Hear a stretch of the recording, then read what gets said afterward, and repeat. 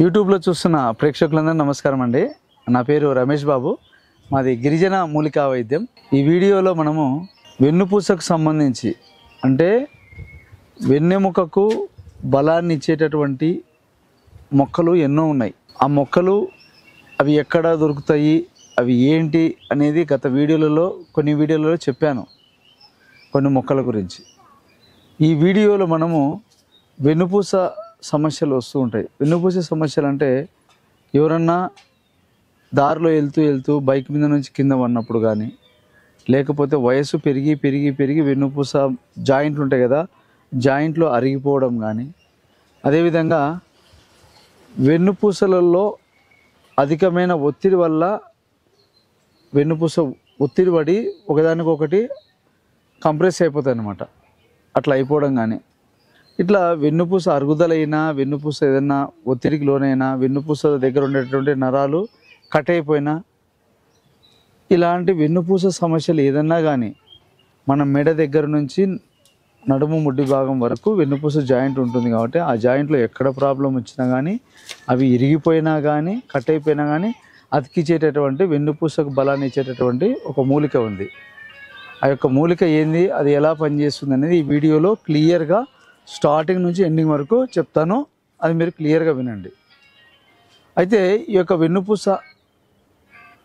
ఈ యొక్క బలానికి సంబంధించిన మూలికలలో నల్లేరు అనేది ఉంటుంది. ఈ నల్లేరు గురించి మీరు ఆల్రెడీ వినింటారు కొన్ని వీడియోలలో. ఆ యొక్క నల్లేరుని మనము ఏ విధంగా అంటే రెండు విధాలుగా, ఒకటి పచ్చడి రూపంలో తయారు చేసుకునే విధానం చెప్తాను. అదేవిధంగా నల్లేరుని దాని యొక్క క్షారం అంటే దానిలో నుంచి వచ్చేటటువంటి ఉప్పు ఆ యొక్క ఔషధంగా మనం మార్చుకొని ఎలాగ దాన్ని ఉపయోగించుకోవాలో కూడా చెప్తాను మీకు.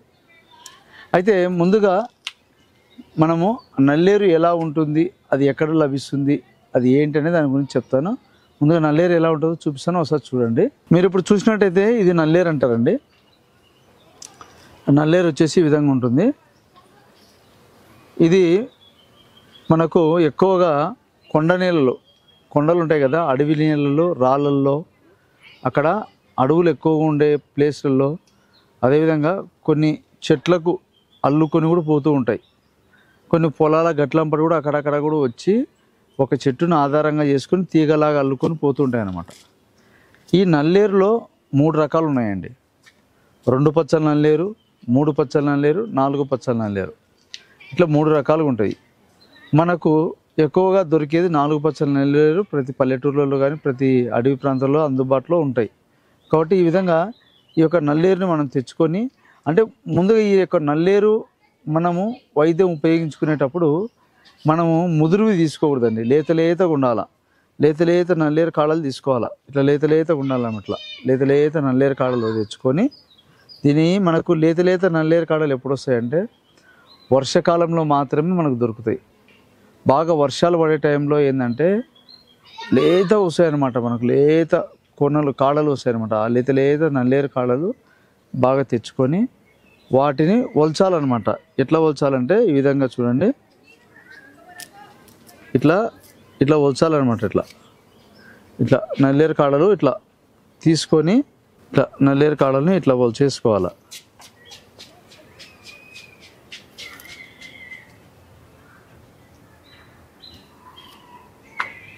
ఇట్లా నల్లేరు కాడలు ఇట్లా మనం ఒలుచుకుంటే పైన ఉన్న ఈ తొడిమలన్నీ పోయినాక లోపల ఇట్లా లేదాగా ఇట్లా ఉంటాయి అన్నమాట.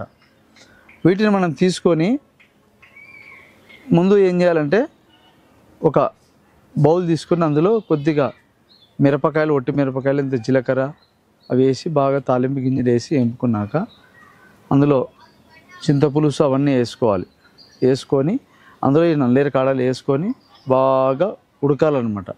అంటే ఈ పులుపులో ఇది ఏంటంటే ఈ నల్లేరు కొద్దిగా కొరికినట్టు అవుతుంది.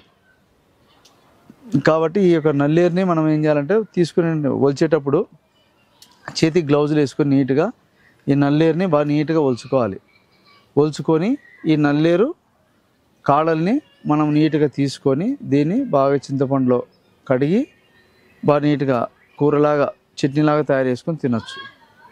అదేవిధంగా ఈ యొక్క నల్లేరుని మనము ఉప్పులా కూడా తయారు చేసుకోవచ్చు.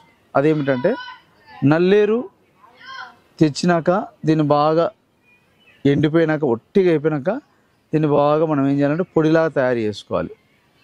బాగా రోట్లో దంచి మెత్తగా పొడిలాగా తయారు చేసుకొని ఈ నల్లేరు పొడి కనీసం అంటే ఒక పావు కిలో నల్లేరు పొడి అయింది అనుకోండి. ఆ నల్లేరు పొడికి కనీసం అంటే 6 భాగాలు నీళ్ళు ఉండాలి. 6 భాగాలు నీళ్ళు అంటే కనీసం అంటే ఒక 2 కానీ 3 లీటర్లు నీళ్ళు కానీ పెట్టుకొని ఆ నీళ్ళల్లో మనం ఏం చేయాలంటే ఈ నల్లేరు పొడిని మొత్తం కలిపేసేయాలి.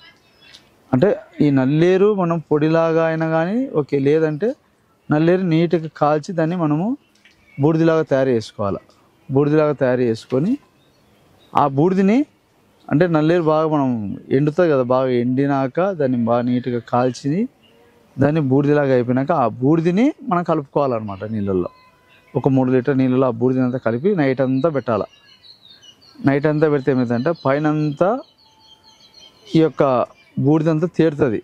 అడుగున దాని యొక్క బలం అంతా అడుగుకి వెళ్ళిపోతుంది, నీళ్ళ కిందికి వెళ్ళిపోయినాక మనం ఏం చేయాలంటే ఆ నీళ్ళు మొత్తం ఉంచుకోవాలి. నీట్గా ఉంచుకుంటే ఆ నీళ్ళు మొత్తము మనకు బాగా ఒక దాంట్లోకి ఉంచుకుంటే ఆ నీళ్ళన్నీ పోతాయి పక్కకు. పోయిన తర్వాత ఆ నీళ్ళని ఏం చేయాలంటే మనము బాగా ఒక బౌల్ ఏదన్నా ఒక బాండిల్ లాంటిది తీసుకొని ఆ బాండిల్లో ఆ నీళ్ళన్నీ పోసి మంట పెట్టాలి.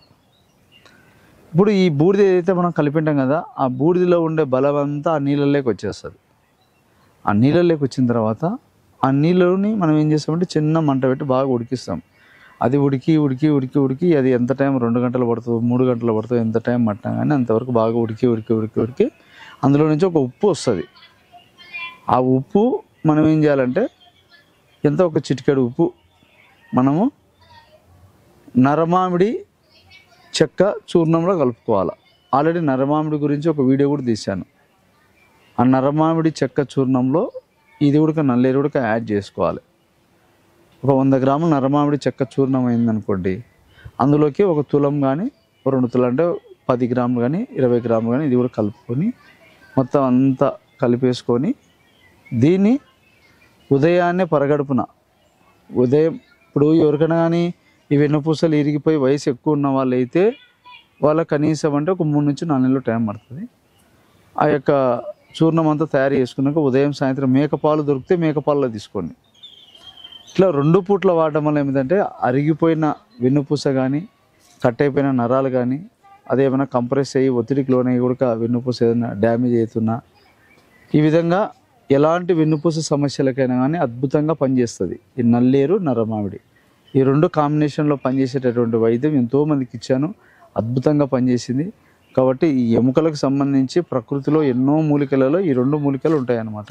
కాబట్టి వీటి గురించి మీకు క్లియర్గా చెప్పడం జరిగింది. కాబట్టి ఈ యొక్క వైద్యం మీరు సొంతంగా ఒకవేళ మీ ప్రాంతంలో దొరికితే తయారు చేసుకోవచ్చు, లేకపోతే కూడా మీకు తయారు చేసేయమంటే కూడా చేసేయగలుగుతాను.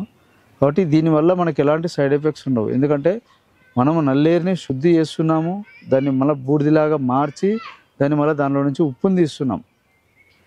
అదేవిధంగా నరమామిడి తెచ్చి నరమామిడి గుడక ఎట్లా అంటే పచ్చి చెక్క తెచ్చి దాన్ని చిన్న చిన్న ముక్కలు కట్ చేసి దాన్ని కూడా నీడలో ఆరబెట్టి దాన్ని పొడిలాగా మార్చుకొని అందులోకి ఈ యొక్క ఉప్పును కలిపి 2 కలిపి మనం ఔషధంగా తయారు చేసుకుంటున్నాం.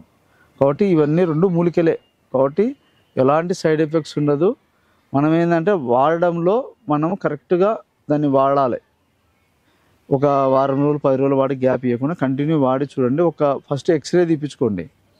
తీపించుకున్నాక అందులో ప్రాబ్లం ఏ విధంగా ఉందో మీరు పెట్టుకోండి.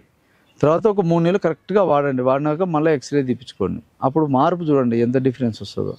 కాబట్టి దీనివల్ల ఏమైందంటే ఆ యొక్క నరాలు అతుక్కొని మళ్ళీ ఆ యొక్క వెన్నుపూసలు గుజ్జు ఫామ్ అయ్యి వెన్నుపూస అంతా బలంగా తయారైతే ఆటోమేటిక్గా నొప్పి తగ్గుతుంది.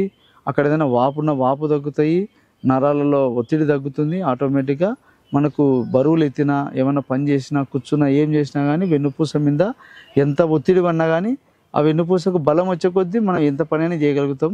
ఏ పెయిన్ ఉండదు, ఏ బాధ ఉండదు. కాబట్టి ఎవరైనా కానీ ఈ యొక్క వైద్యం చేసుకోగలిగితే చేసుకోలేకపోయినా అందజేయగలుగుతా.